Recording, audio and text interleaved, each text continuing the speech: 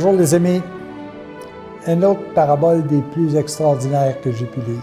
C'est celle-ci d'ailleurs qui m'a fait prendre contact avec l'immensité des messages que l'on a dans les paraboles ou dans les événements de la vie de Jésus.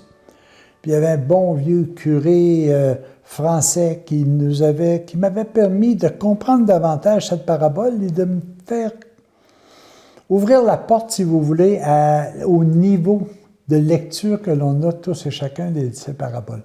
Alors, je vais vous lire cette parabole, l'ouvrier de la 11e heure.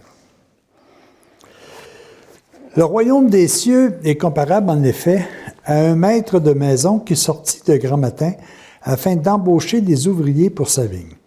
Il convint avec les ouvriers d'une pièce d'argent pour la journée et les envoya à sa vigne.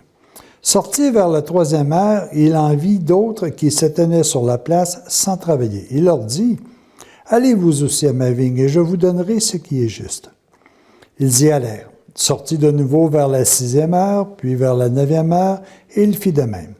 Vers la 11e heure, il sortit encore, en trouva d'autres qui se tenaient là, et il leur dit, « Pourquoi êtes-vous restés là tout le jour sans travailler? » C'est que, lui disent-ils, personne ne nous a embauchés. Il leur dit, allez-vous aussi à ma vigne. Le soir venu, le maître de la vigne dit à son intendant, appelle les ouvriers et remet à chacun son salaire en commençant par les derniers pour finir par les premiers. Ceux de la 11e heure vinrent donc et reçurent chacun une pièce d'argent. Les premiers, venant à son tour, pensèrent qu'ils allaient recevoir davantage. Mais ils reçurent eux aussi chacun une pièce d'argent. En le recevant, ils murmuraient contre le maître de maison. Ces derniers venus, disait-il, n'ont travaillé qu'une heure, et tu les traites comme nous, qui avons supporté le poids du jour et la grosse chaleur. Mais il répliqua à l'un d'eux, mon ami, je ne te fais pas de tort, n'as-tu pas convenu avec moi d'une pièce d'argent? Emporte ce qui est à toi et va-t'en. Je veux donner à ce dernier autant qu'à toi. Ne m'est-il pas permis de faire ce que je veux de mon bien? Ou alors ton œil est-il mauvais parce que je suis bon? Ainsi, les derniers seront premiers et les premiers seront derniers. C'est une parabole qui, bien souvent, pour bien des gens, est très difficilement justifiable. Comment ça se fait que quelqu'un... Il y a cinq groupes, là. Il y a 5 groupes là, d'ouvriers qui sont engagés au fur et à mesure de la journée. Mais il y a un seul contrat. Le contrat qui a été donné uniquement à la première personne, au premier groupe de travailleurs le matin en disant une pièce d'argent pour une journée d'ouvrage. Puis moi, je me souviens tellement qu'on a essayé de m'expliquer ça dans le temps. Comment ça se fait qu'on peut appliquer ça? Et bien souvent, là, ce qu'on me disait, c'est « Ah ben Dieu, il peut toujours bien donner ce qu'il veut à qui il veut. » Oui, mais Dieu est juste. Mais si Dieu est juste, il ne peut pas se comporter de même. C'est injuste. Sauf évidemment si on est capable de voir la parabole, mais d'une autre façon.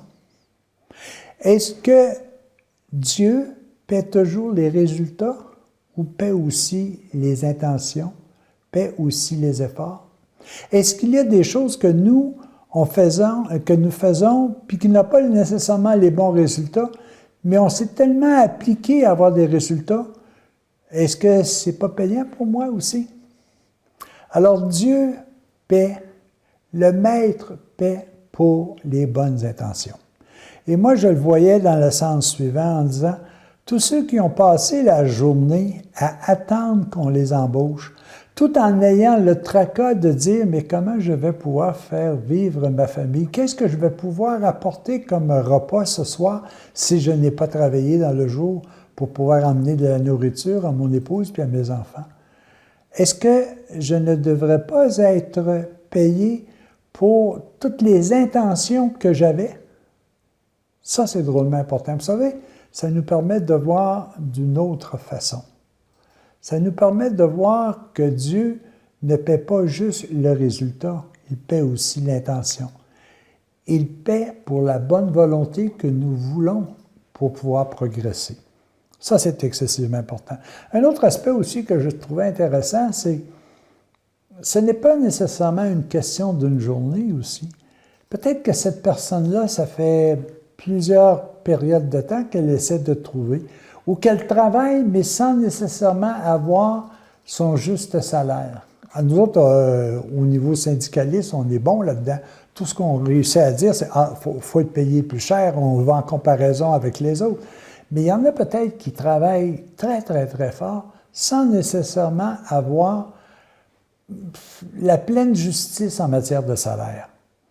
Et peut-être qu'un jour, ils vont rencontrer quelqu'un qui va percevoir les efforts, percevoir le travail qu'ils ont fait, et à ce moment-là, il va les payer avec le juste salaire. Alors, les amis, c'est pas une question juste de dire est-ce que c'est à la... puis je peux faire ce que je veux avec mes biens, mais est-ce que c'est à la valeur du temps travaillé? Non, c'est à la valeur de l'effort. Et quand je replace tout ça sur le plan spirituel maintenant, ça veut dire quoi? Ça veut dire que moi, je peux essayer de vouloir accomplir la volonté de Dieu, mais si j'ai une définition un peu bizarre de ce que c'est que la volonté de Dieu, c'est bien sûr que je ne pourrais peut-être pas tout simplement la réaliser pleinement. Pourquoi? Parce que je ne peux pas aller plus loin que ce que je sais.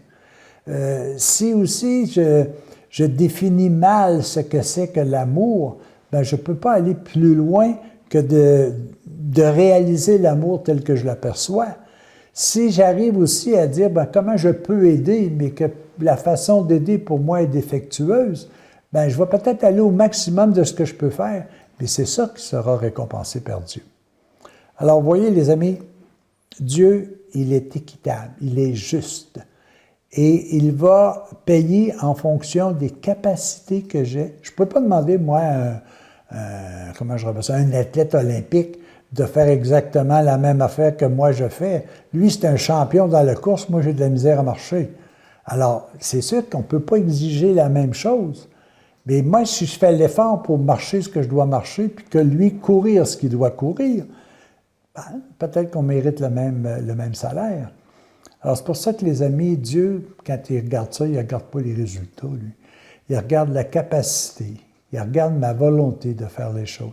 Il regarde les talents que j'ai développés, les circonstances dans lesquelles je vis, les milieux où je vis, et il prend tout ça en considération pour dire le juste prix, c'est ça. Et c'est extraordinaire de voir comment est-ce qu'on se rassemble tous. Parce que pour quelqu'un qui a des talents très particuliers dans l'art, c'est peut-être plus facile pour lui de réaliser une pièce d'art. Mais pour d'autres, c'est autre chose. Alors, c'est pour ça qu'en réalité, Dieu, il est équitable. Mais ce n'est pas juste les résultats qui comptent. C'est notre capacité, c'est le milieu dans lequel on a vécu, c'est les talents que l'on a, c'est l'habitude que l'on a pris. Il prend tout ça en considération et il paie pour ça.